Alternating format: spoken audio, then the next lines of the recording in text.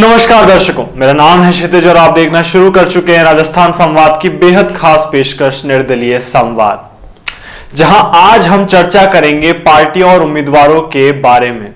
आमतौर पर हम वोट बैंक की बात करते हैं, लेकिन क्या ये सच है कि हम अक्सर पार्टी को देखकर ही उम्मीदवार को चुनते हैं?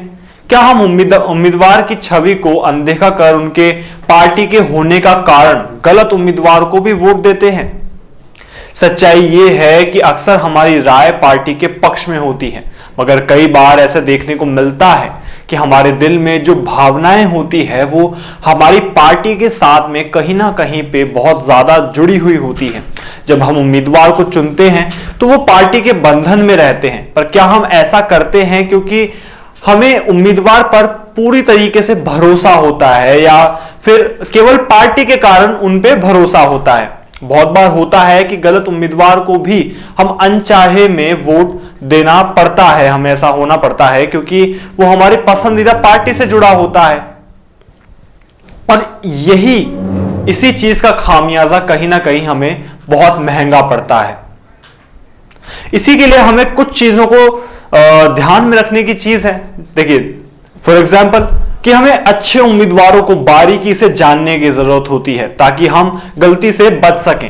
निर्दलीय उम्मीदवारों में कई बार वो लोग होते हैं जो सच में बहुत ज्यादा अच्छे होते हैं, वे खुद के विचारों और मूल्यों पर चलते हैं और पार्टी के बंधन से कहीं ना कहीं मुक्त होते हैं। ऐसे उम्मीदवारों को समझना और उनको वोट देना हमारे लिए बहुत ज्यादा जरूरी होता है।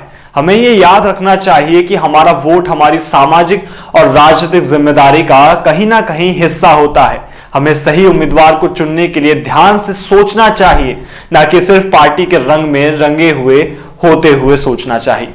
इसलिए हमें समझना होगा कि पार्टी तो है ही बहुत जरूरी, लेकिन उम्मीदवार की क्षमताओं, नैतिकता और कार्य क्षमता भी बहुत ज्यादा मायने रखती है, बहुत ज्यादा जरूरी होती है। इसलिए हमें उम्मीदवार को सिर्फ उसकी पार्टी से नहीं बल्कि उसके व्यक्तिगत और काम के आधार पर चुनना चाहिए। अंत में हमें यह याद रखना चाहिए कि हमारा वोट हमारी देशभक्ति, सामाजिक जिम्मेदारी और सशक्तिकरण की दिशा में जरूरी कदम कहीं ना कहीं होता है। हमें यह बहुत संवैधानिक पूर्ण तरीके से और समझदारी से करना चाहिए।